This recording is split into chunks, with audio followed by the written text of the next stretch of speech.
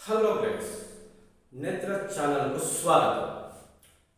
ఒక ఓటు అనేది మనం వేస్తున్న ఓటు అనేది ఒక గన్ను నుండి వెలువడిన తూట లాంటిది. ఆ గన్నులో ఉన్నంత వరకే అది సవ్యంగా ఉంటుంది, కానీ ఆ గన్ను నుంచి బయటికి వచ్చిన తూట ఎంత అనర్థాన్ని కలిగిస్తుందో మనము వేసే ఓటు కూడా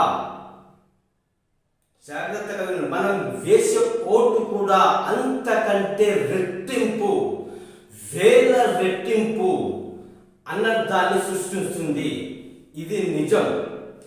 మనము ఎవరిని చూసి, ఏ నాయకుడిని చూసి ఓటేస్తున్నామనేది మనం భారతీయులుగా మనం ఆలోచించుకోవాల్సిన అవసరం ఖచ్చితంగా ఉన్నది, ఉండి తీరాలి. ప్రతి ఒక్కరికి ఉండి తీరాలి.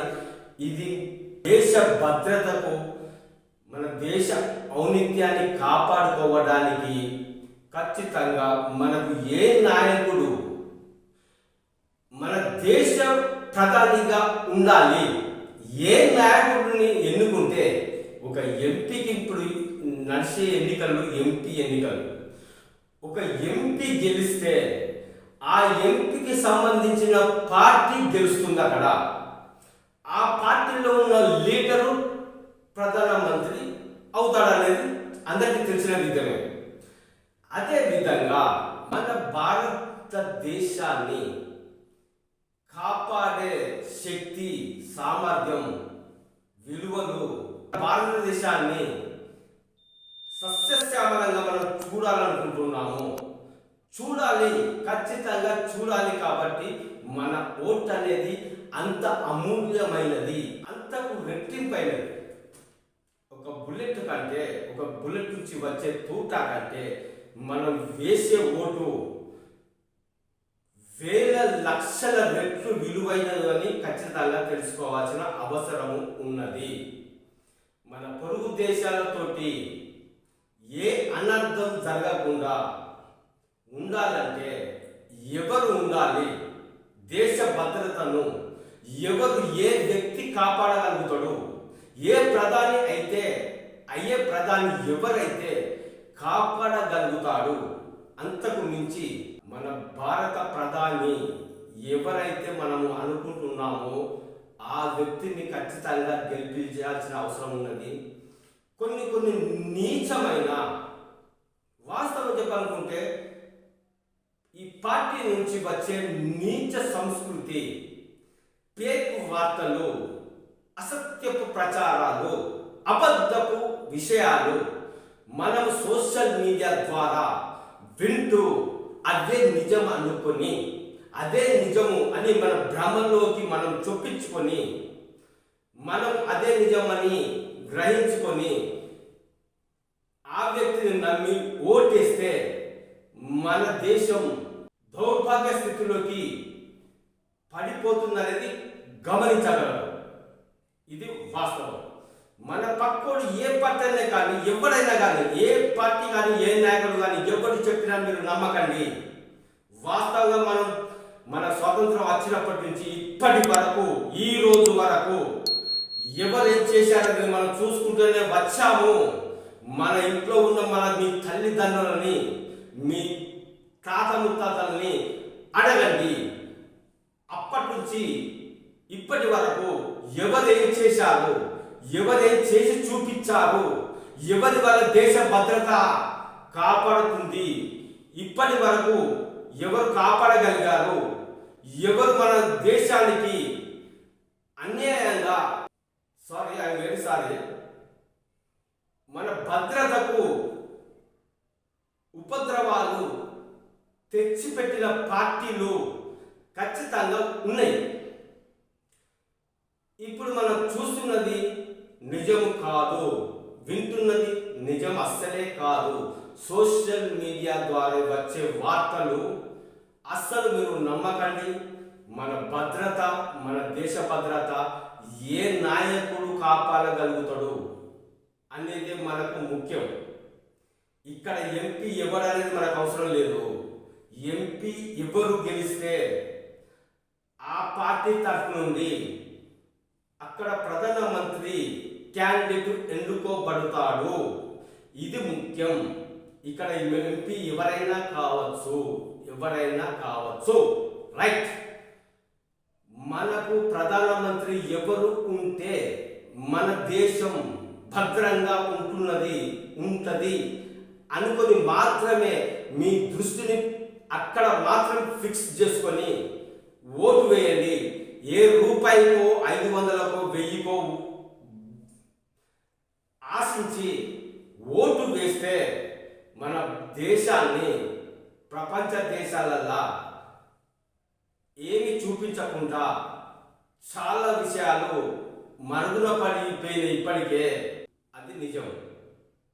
భద్రత ఏ విధంగా కాపాడుకుంటున్నామో ఇప్పుడు మనం చూస్తున్నాము కదా.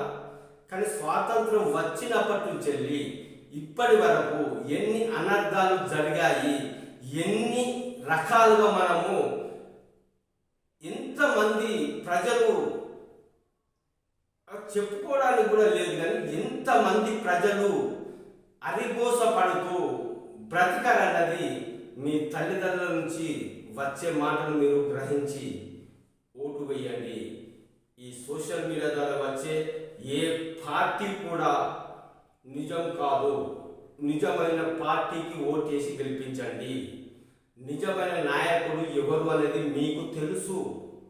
ఆ నిజమైన నాయకుడు ఖచ్చితంగా అక్కడ దేశాన్ని ఏలాల్సిన అవసరం ఉన్నది. మన దేశం భద్రతా పరంగా కట్టుదిట్టంగా ఉంటుంది. లేకపోతే మన పొరుగు దేశాల నుండి అనేక సమస్యలను మనం ఎదుర్కోవాల్సిన పరిస్థితి ఖచ్చితంగా వస్తుంది. ఇది మాత్రము నిజం. మనకు పార్టీతో సంబంధం లేదు. నాయకుడు అనే ముఖ్యమైన వాడు ఎవడైనా కానీ, ఇక్కడ ఎంపీ ఎవడైనా కానీ, వారితో మనకు పని లేదు. అక్కడ ఉండాల్సిన లీడర్ ఎవరు? దేశానికి ఉక్కు లాంటి మనిషిని మనం గెలిపించుకోవాల్సిన అవసరం ఉన్నది. ఇక్కడ ఎవరైనా నిలబడని వాళ్ళతోటి మనకు పని లేదు. దేశ భద్రత, ఉక్కు లాంటి మనిషి ఎవరనేది మీరు గ్రహించి ఓటు వేయాల్సిన అవసరం ఖచ్చితంగా ఉన్నది. నాకు ఏ పార్టీతో సంబంధం లేదు, ఏ పార్టీ కాదు. I'm non political leader I'm. Okay, ఏ పార్టీతో సంబంధం లేదు నాకు. ఖచ్చితంగా మీరు ఆలోచించి, అవకాశం వచ్చింది, ఖచ్చితంగా మీరు ఈ ఓటును దుర్వినియోగం చేసి ఓటేస్తే మీకు కన్న బిడ్డలను మీరు ఖచ్చితంగా ప్రమాదంలో పడేసిన వారే అవుతారు.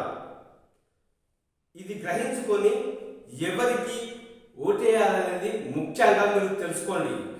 ఎంతోమంది మీరు రావచ్చు, ఎంతోమంది నాయకులు ఉండొచ్చు, ఏ పార్టీలో ఉన్నా కానీ, ఎవరైనా కానీ అది పక్కన పెట్టండి.